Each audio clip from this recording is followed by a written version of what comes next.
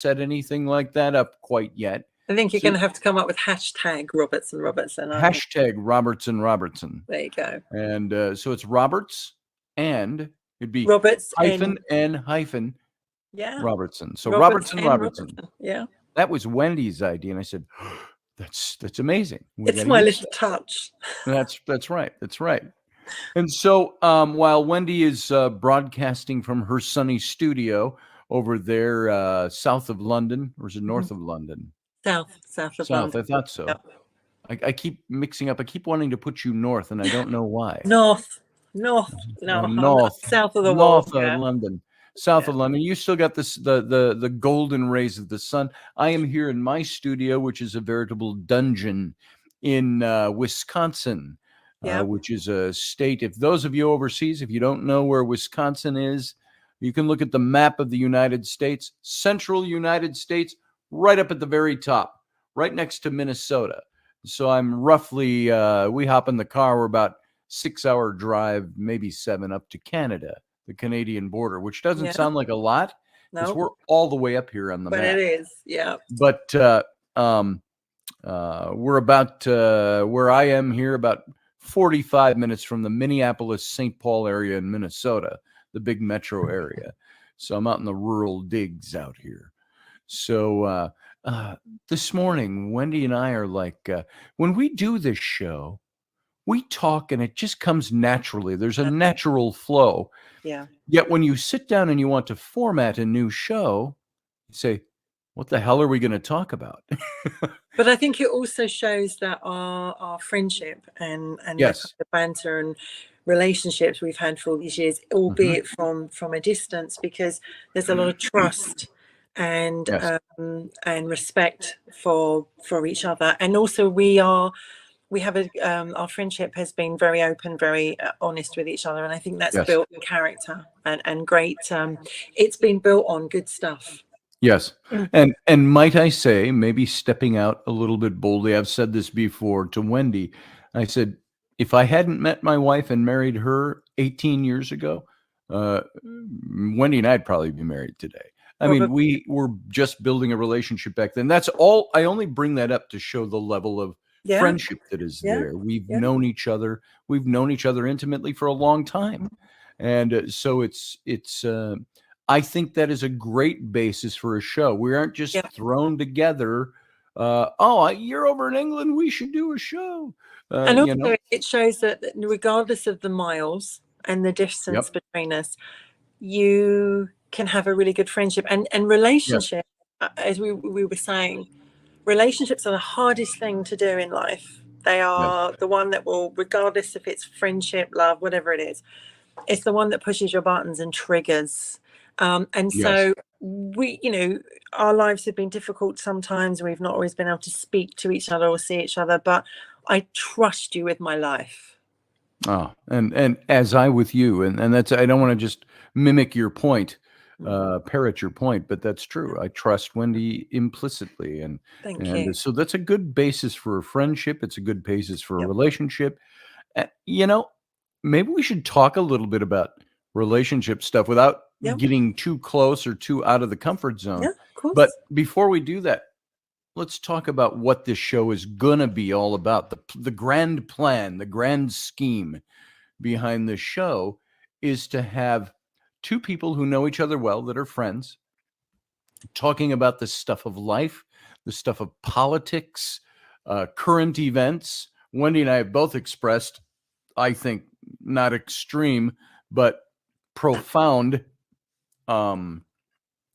political and current event types of opinions out there. We're not quiet. In other words, we're not quiet about what we believe. No. I did political talk radio for a long time with people that Wendy knows as well, John Ward and Rocky Stucci. And we did, John Ward is from Hereford, for those of you over there. So he gave us our European twist. Well, Rocky's he's an Italian from New York, and he's like, and I'm a Midwesterner over here in the United States. So we had some interesting views, and I've gotten to the place, Wendy, maybe you are the same. Answer this. I've gotten to the place where I don't really give a rat's ass what anybody thinks about what I express. I've gotten to the point of I'm not embarrassed to say what I say. I don't pull any punches.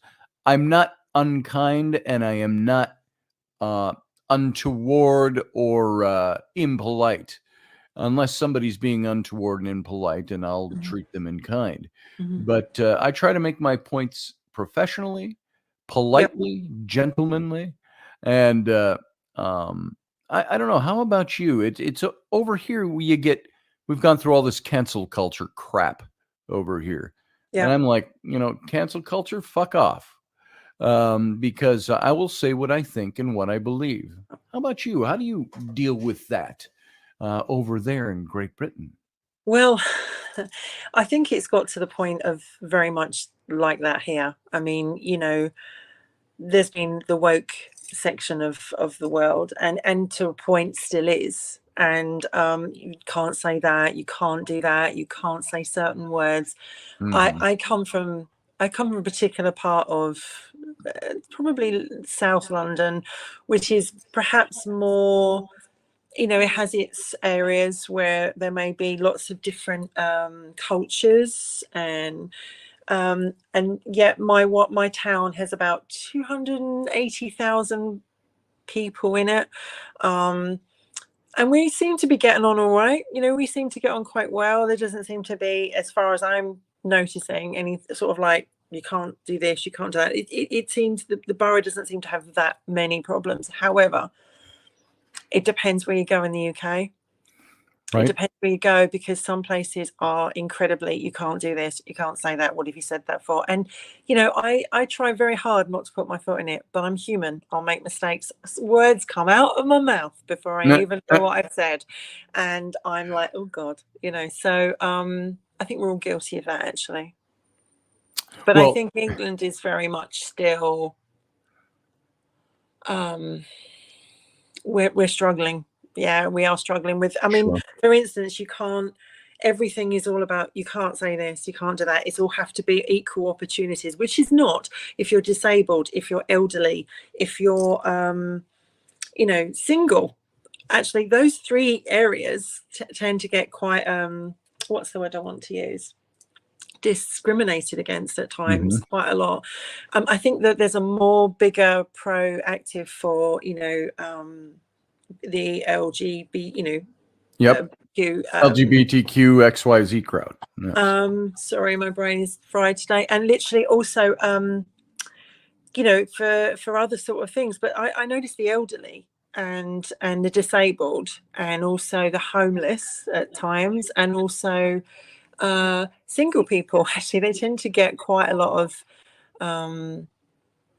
I don't think they Really, get much. is marriage in Great Britain, is it held to a higher standard, or you are not a whole person if you're not married? I don't think so. I think more the case of like, I mean, I've been single for a long time, Mhm. and although I've dated on and off, people look at you and they're like, "What, you single?" And you're like, "Yeah." And they're like, "Well, how long have you been single?" And it's like a disease, like, we've all got three heads or something.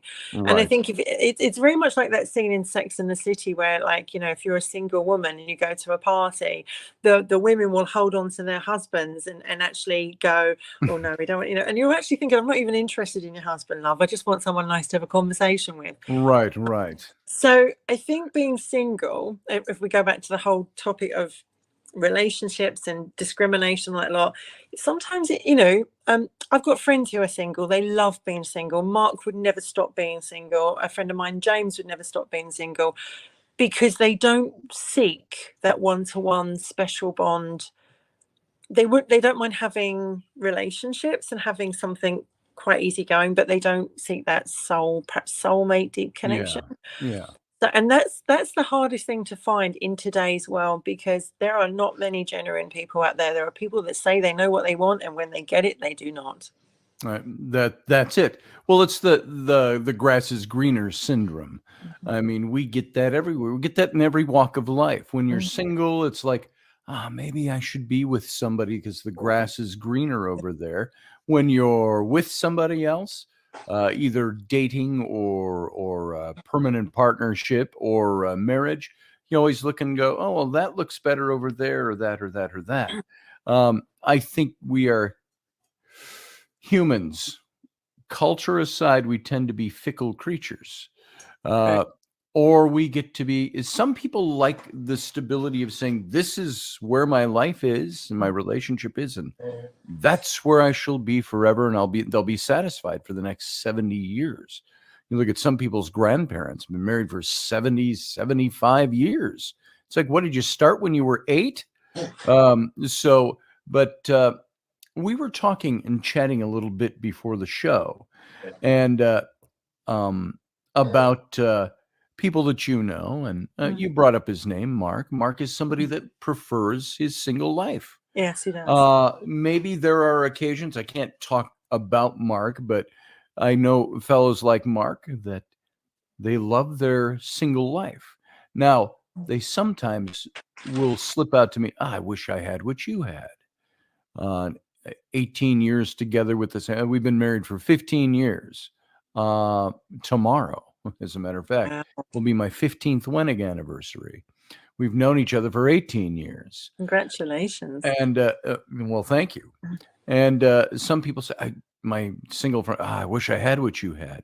And I said, there's times I wish I had what you had, which is what you have, which is that single lifestyle where you are maybe a bit more carefree. You don't have children and family and house and home to be responsible for, that you feel obligated to.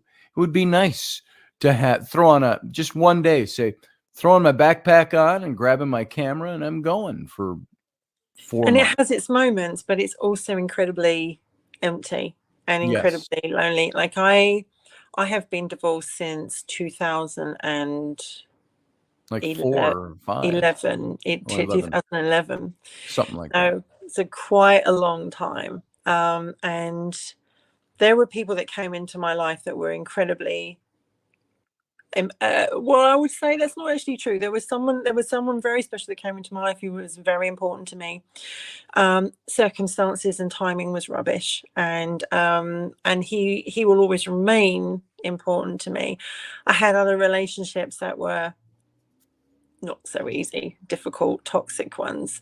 And then you actually think to yourself, having been there, done it, ticked it off, been divorced, which is it's a hard thing to go through. Like, as you know, a divorce it rips you at the core, and you learn a totally new identity. Like my surname is Robertson, as you know, but it's my married name, and I've never changed it. And the reason I didn't change it was because in the UK you have to go through leaps and bounds to actually change your name back, and secondly, it had become my identity. I had become Wendy Robertson. Yes. And so I liked her. I liked Wendy Robertson, and she became, I'm not sure how you might feel about it, but I became my own person. And so I love my surname, when people go, oh, you're Scottish, which actually obviously now I've discovered I am. But I'm like, yes, I am, although it was my married name. But how Scottish are you? I know. Well, exactly how Scottish. Still in the process of finding that out. But being single, what I'm saying is the dating world is brutal. It is brutal without any shadow of a doubt. And I'm sure there's many people out there who will be writing comments right now going, she's absolutely right, because you have players, you have the perverts and the completely oddbods, and then you have the people that are probably the most dangerous, the ones that actually think they know what they want, and then when they get it, or they pursue you, or they say it's what they want, then they decide it's not. And and Bob Marley has a quote which says, it's the cruelest thing is to love a woman, open up her heart, and then have no, what I can't remember the exact words, but have no interest in loving her, know. And I think that the dating world is very much like that. And in some ways, being married, you don't get to see that. And for us single people out there, it's like, it's not easy because you talk to someone, you're like, oh, I've got to go through. Right. And why is it that having a relationship is the hardest thing in the world? Finding that special person, that soulmate, is one of the hardest things to find in life, because at our age, we're kind of set in our ways. We've been there, done it, ticked it off. We know what we want, we know what we don't want. But at the same time, we still hope, live in hope, die in despair, of finding the soulmate, or the person that makes you smile like a 17-year-old. Mhm. The person who makes you feel like the most important person in the world, and then Right. doesn't break your heart. Because at the end of the day, that's, and so being married, I was married, obviously. I've been married twice. I've never hidden that in my life. I'm best friends with my first husband, and sadly not with my second. That was a very, very different situation and relationship, but I do not regret that in any shape or form. Great life lesson, and put me on the road with my best friend in Canada being such an amazing part of my life. So, you know That's what, great. Scotty? The swings and roundabouts. Like, if you were to suddenly be single and you went out there, it is a minefield. I haven't been single for, for obviously 18 years. And I was divorced from and like you, I've been married twice before Yeah. this. I was married to a woman, Suzanne, back when I was a man of the cloth. I Mm. was in ministry through seminary and into ministry. I was in a conservative fundamentalist Baptist church, and her family was big in the Baptist church we were in. And we were friends in college, and we got married.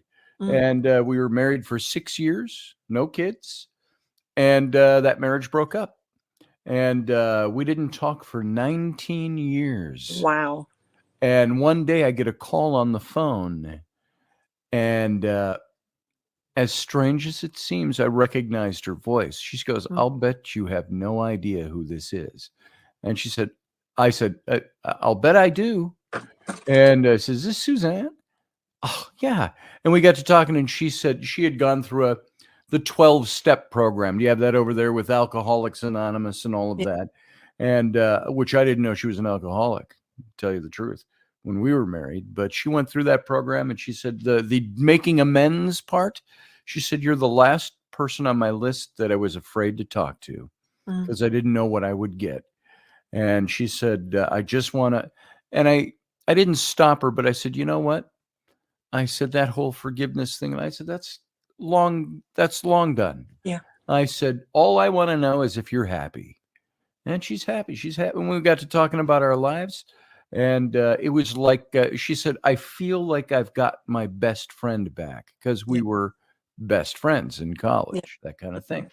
But so we were married. I was single after that for about a year.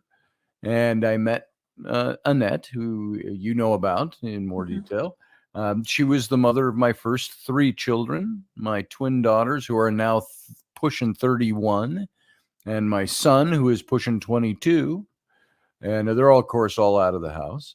And we were married for about 12 years. And then that's when we got divorced, that was a very necessary divorce. I got to tell you that. And at that time, I was granted by the court sole custody of my three children. So I was a single dad living at home. Talk about trying to have a dating life at that point. Yeah. And so, it was pretty crazy for a while there, in and out, people I liked, and so on and so forth. And then Rainey came into that mess when my son was 4 and my daughters were about 13 and thereabouts. And she came in and was willing. It wasn't like, great, I found a woman to be a mom to my children. I wasn't looking for No. that. As a matter No. of fact, I ended up pushing her away quite a bit. I kept her at arm's length. And Yeah, why we do can we have do that? sex. Yeah, we can have the relationship, but I don't want to get into a relationship. And I was kind of not. I was a bit of a dick sometimes, because it was like, I just don't want this. I don't want this anymore. I'm not doing this again. And when I finally gave that up, so now we've been married for 15 years. It's And horrible that our insecurities. I mean, what happens is when you have a bad relationship, as you know, it leaves scars and demons and it does. insecurities with you. And we think, and we do get over it to a point. We do. Time's a great healer. As you say, I'm best friends with my first husband. He's a wonderful man, and I trust him like yourself with my life, and I'm very, very blessed. I've known this man. I was boy and girl next door, so we grew up together. He was from Belfast, and so it was a bit of a shock when he married an English girl, and whose dad was a copper, and the stepdad was in the prison office. It was kind of like, oh my God, but they made me feel so welcome, and I still can count them as family. They're wonderful people. But my second marriage, very difficult. There was infidelity, and it plays with your head, as you know. It does. And even though you move past it, it leaves its mark, and it has demons.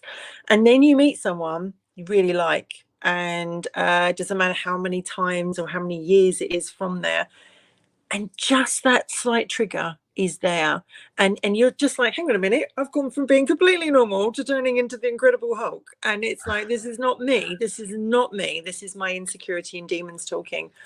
And I think that if only we were to take a step back and look at things and go, whoa, hang on a minute, we're coming from this at a different angle. So the people that leave the pain in our heart, they actually don't really move on with that pain and heart. Right. They just kind of move on. They just move on. Whereas All right. we get left with it. And I always find the more sensitive people tend to get it. Not to be too maudlin or to turn our first show into this maudlin talk about relationships, I think this is necessary because many of us maybe think it's not okay to talk about that stuff or to express that stuff. Yeah, there's a lot of people going through that right now. I mean, I know people right now, as I said, on our last show, that are going through unrequited love. And when I do readings, the one subject everybody wants to know about is love. Yes. Because love makes the world go round, and it's absolutely true. And we know what the wonderful feelings when you fall in love. You're happy, you're smiling, you're like, can't wait to see them. You're feeling, 5 years old or 17, whatever. You're feeling great.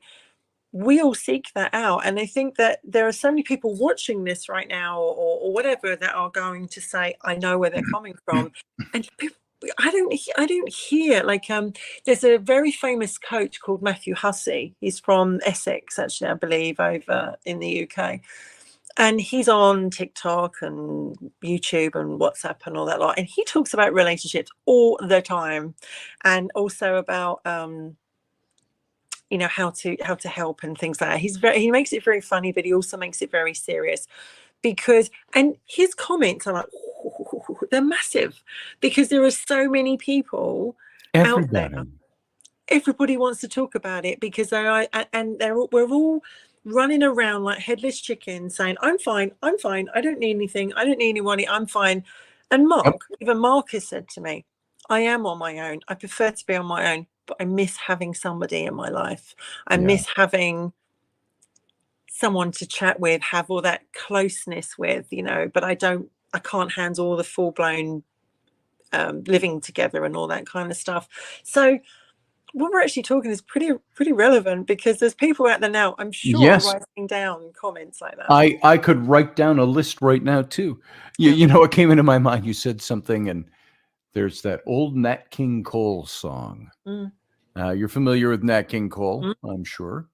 Where it says, when I fall in love, it will be forever. It will be forever, or I'll never fall in love, and so on. I first saw that in a movie about football players a long time ago, and it was a great movie. And the song is true. There's something, I called this up because I saw this on a friend's YouTube. I'm sorry, not YouTube. Instagram yesterday. Mm. And it says this. Now, think about this with yourself, Wendy, and all of you listening. It says, maybe you're not healing because you're trying to be who you were before the trauma. That person doesn't exist anymore.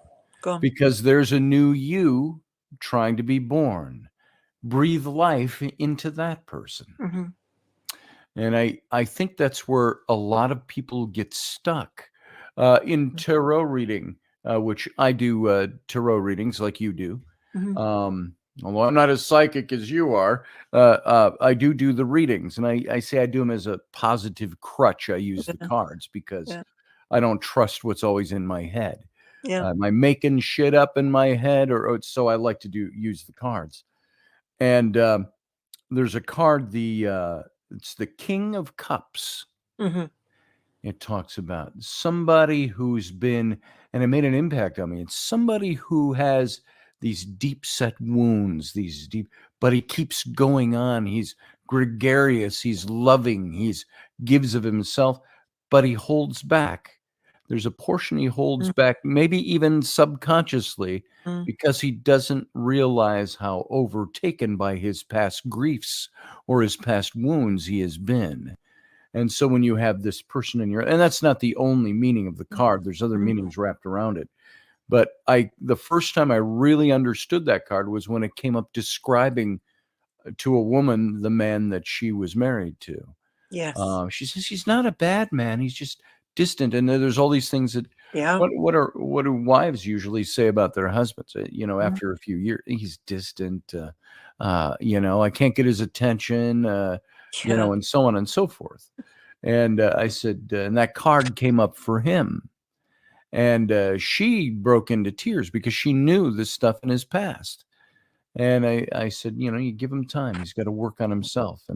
But sometimes it's just the knowing that this is what it is.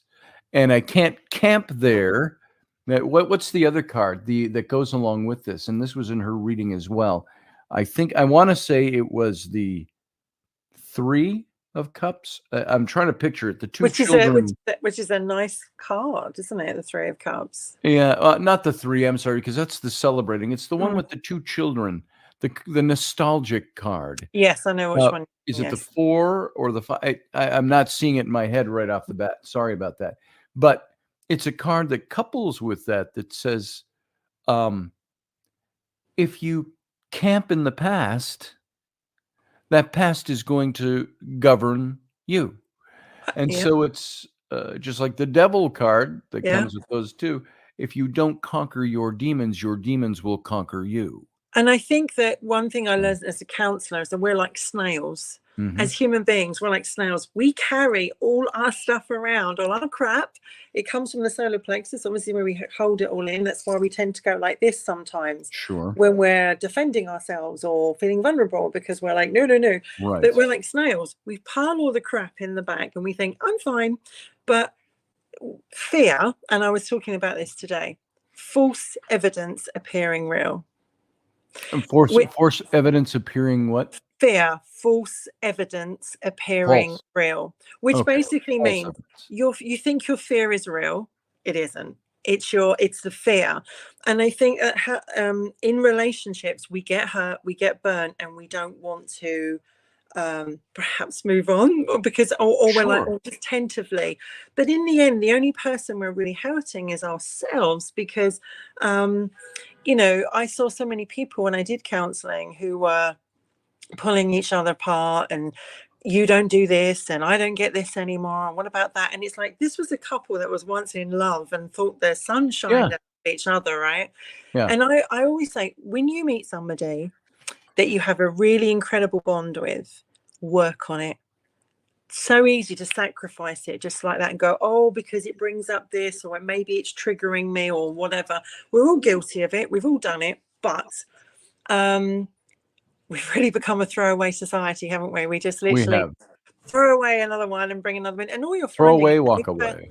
New person, you're bringing in a new person in, same problems still going to be there, and we're healing each other. We are the best relationship we will ever have in our lifetime is with ourselves. It's the longest one we're ever going to have, and you are learning and healing for the rest of your life. You don't stop and go, right, well, I'm 52 now, I don't need to do that anymore. No, you're still learning, and you're going away, and we all make mistakes, we'll fuck up, we absolutely do. But I think you're right when you said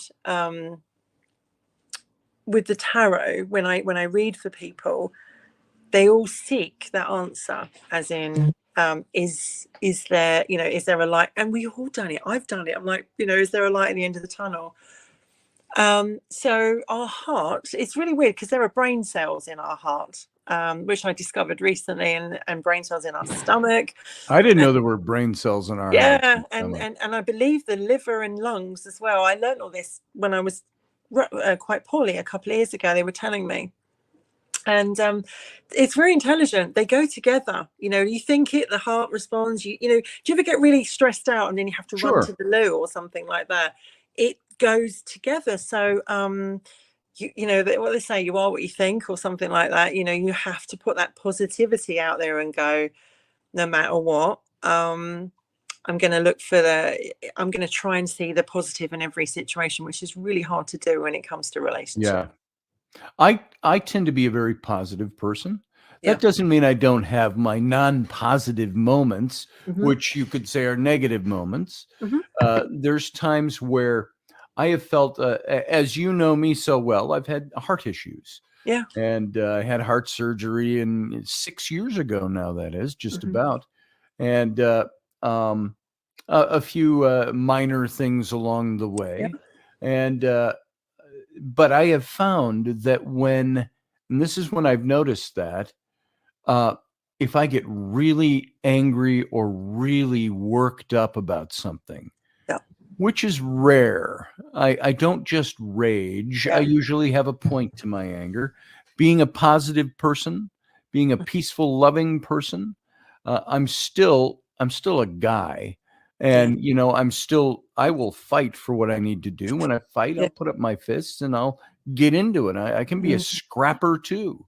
I'm no pushover, but there are times where something will really get to me. And I don't remember even what the incidents were.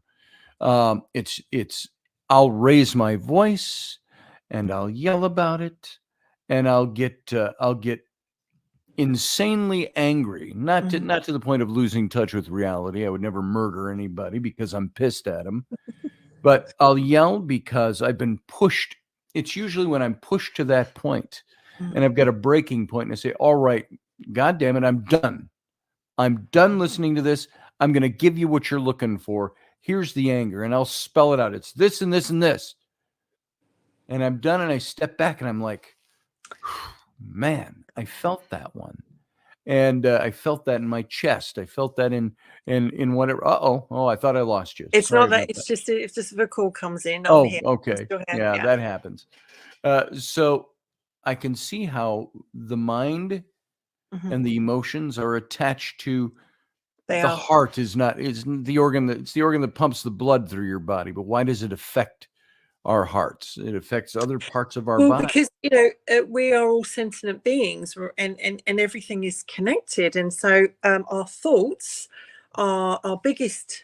They're either our demon in itself, but it's like when this doctor said to me, like, we do have, we're discovering the little brain cells everywhere, and I was like, really? It explains that when I get stressed, I cannot get stressed anymore because I have heart issues anyway, like yourself. But if I do get stressed, I get a pain going up my arm and across my chest, and I get tightness, and it's not like I'm going to have a heart attack, but it's like not angina, but it's horrible. So I've always felt like sometimes you need to get it out of your system and rage with the person, but then think, oh my God, I'm going to suffer for that. But I think what happens is we tend to keep so much locked in, and we suppress a lot, and our bodies can only take, like, if you're in a relationship, say it's not something I talk about very often, but I was actually in an abusive relationship, and I kept a lot in for many years, and frustration, anger, fear, everything. And body has to do something with it. It has to do something with it. So it tends to come out in your health, or it'll come out and give you anxiety. And instead of actually recognizing, going, look, I know what this is. It's all those years of being under that. It's now releasing, the body's releasing it. It can cause us to be quite poorly. And that's why I've always said, like, it's better to talk about it, write it down, release it, or whatever you do, because if not, your body starts to suppress it and then comes out physically. And I think for me, I tend to go quiet. I tend to keep a lot in emotionally. And my best friend always says to me, I know there's something up. And I'll be like, why is that? She goes, you're quiet. And what does that mean? Yeah. And I'm like, But having said that, I'm a fighter, and I'll go down fighting. And I'm a lover, not a fighter, and it's true. But when you said you get the chest pains, that's absolutely it's stress. It's like frustration. It's like, and what do we do with it most of the time? We either go to the gym and get rid of it that way, or we dance, or shag, or whatever we need to do to get rid of, if you have the opportunity to get rid of it, right? The shagging thing, it's like any port in a storm, or any reason. It's like, oh, I'm stressed today, or oh, I'm a little down today, or hey, I just won an award today, or whatever it is. But I'm a guy, that's the way we think. But there's so many people that find it very hard to express as well through sex. I mean, that's the other thing. So many people are, when you have sex with someone, it depends on your take on it. If you just want a friends with benefits or anything like that, that's fine, because you're not looking for it. But when you get really naked with someone, we're talking really naked. We're not just talking naked without your clothes. When you're bearing your soul, or you're giving yourself to someone, that's very vulnerable. Yeah. And if we're not in our head, or if we're in our head too much, I should say, then what happens is the body goes, I'm not sure, or have issues, whatever. Our brain, our mind is the best computer in the world. It's also the worst, because if we go into our head too much, we can't express it. And sex is something that, if you want it, it's very sacred, or it's just something to relieve, or it's just an expression of how you feel about someone. But it's a very natural process. I have found over the years, and I'm not revealing anything here, any things I tried and I did that I shouldn't have done. I'm just saying, for me, maybe this doesn't sound very guy-like. Guys have you and I were talking the other day, and I said, women are like streams and men are like puddles. Women, all the emotion and everything that goes on in life, from love, sex, work, children, home, shopping, television, anything, it all is one big emotional stream. Now, I'm speaking in a generality, of course, because there's not everybody fits into that, but that is the general what's the word I'm looking for? Not biology. It's the way we're put together. Yes. Guys, on the other hand, we're puddle jumpers. We tend to compartmentalize. Not everything flows together. So the marriage box is over here, puddle is over here, the work puddle is over here, the children is over here, the sex puddle, the this and that.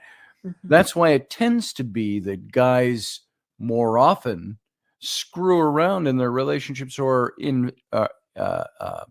infidels, breaking fidelity in their relationships, but they compartmentalize it away. That's over in that box. It doesn't run in together. When a woman tends to break with her man and go with somebody else like that, that is outside their relationship, it's a big emotional thing for them. It involves all their emotions. It affects everything they do, again, in general. So men tend to be, oh yeah, that happened over in that other puddle.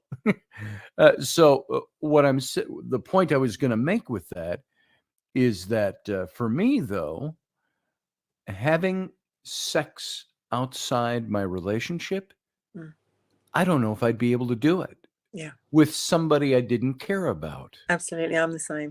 I would have to care about that person. I would otherwise it's like, pardon the rawness, the raw vernacular of this, but I'm fucking a body. I'm not Without making love to a connection, person. it's nothing. Without It's nothing. connection, it's nothing. And I'm It going to is. share with you, share to your viewers, my saying, before you get in my bed, you have to get in my head.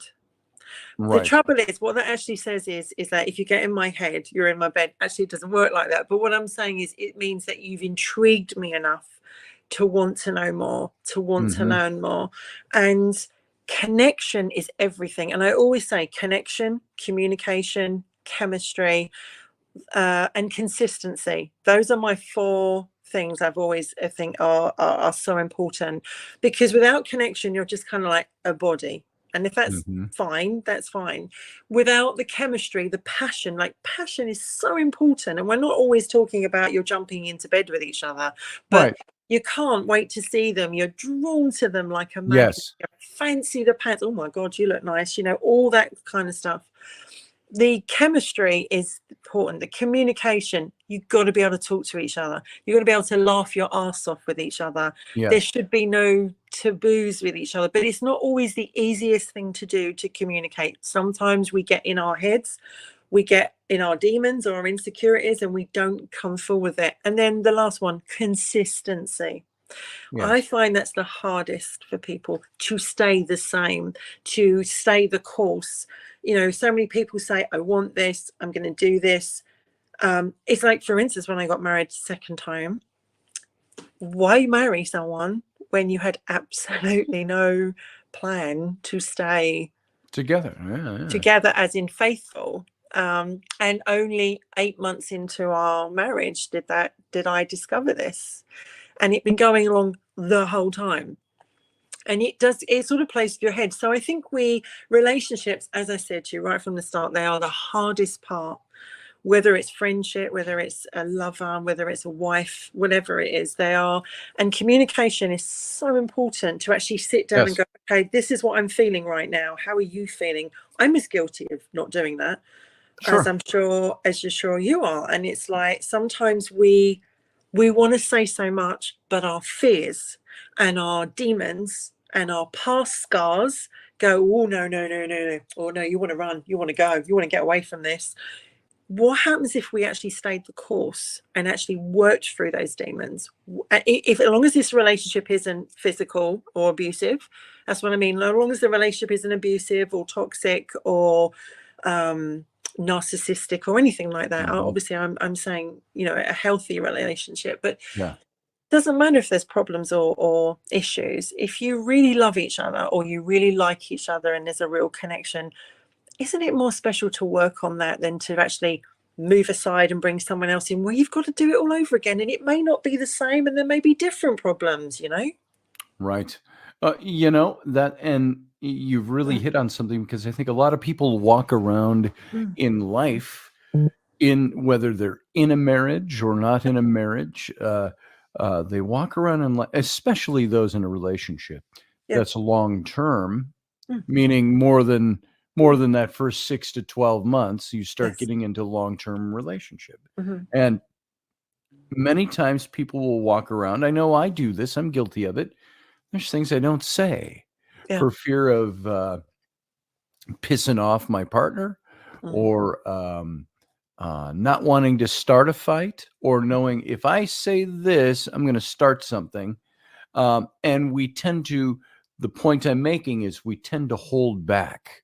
Yes. We start holding back things. And that's And when some of us, if we're not holding back, we're letting it all out, but we're not being nice about it. No. We're not being happy about it. We're not being, hey, I'm sharing this with you. This is something that's bothering me, but I got to present it. How do we together work on this thing, or look to each other for help on this thing?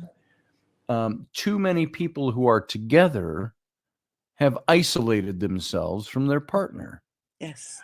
We look too much. We put too much into this whole notion of I have to be an independent person, and I can't be good in my relationship unless I'm independent first. Yep.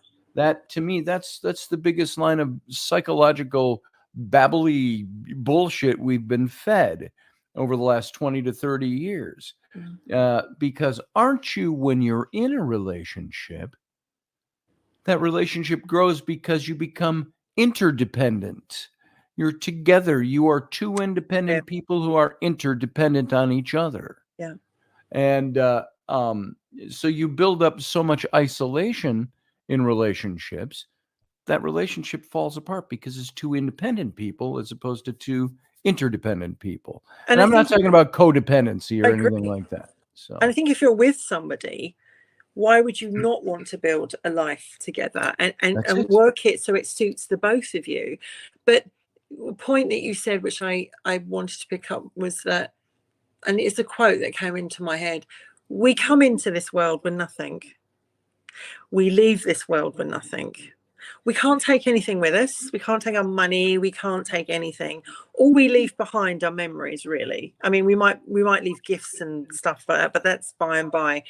We take the only thing we take with us, and they always say this in the spirit world, is love. Love is the biggest emotion. It's the strongest emotion that we take. And I always feel like, and I say to people that have come to see me for readings or when I used to do counseling, be careful what you say, because once you've said it, you can't take it back. It's out. It's out the bag, you know, and you can never erase that from somebody. And sometimes we all tend to over dramatize, or we tend to like talk to this one and get that opinion, that lot. And sometimes the best person to have a conversation with, sorry about that, someone out there, is to have a conversation with ourselves. But if you know, like, when I don't have children, sadly I couldn't have kiddies. I have 6. I lost 2, and I would have loved to have been a mum. And I know I'll see them one day, which is fine, but it's like, I won't have any grandchildren. There'll be no photographs on my wall. And you know, I always say to my sister, you're so lucky because they're going to look after you in your old age. And she says to me, well, none about that. But being alone, going back to the point of being single right from the start, I don't want to end my time on this earth alone. I would rather spend the latter part of my life, probably the best part of my life, because I know myself a lot more and I'm a lot easier to talk to and communicate with than I was years ago. I'd rather spend my life with someone incredibly special, because, you know, life is really short. It's gone in an instant. And it's like, grab every opportunity of happiness, or grab every opportunity to have a laugh, or to bring light into your life, because some people come in our life and they bring a light, you know, which beams.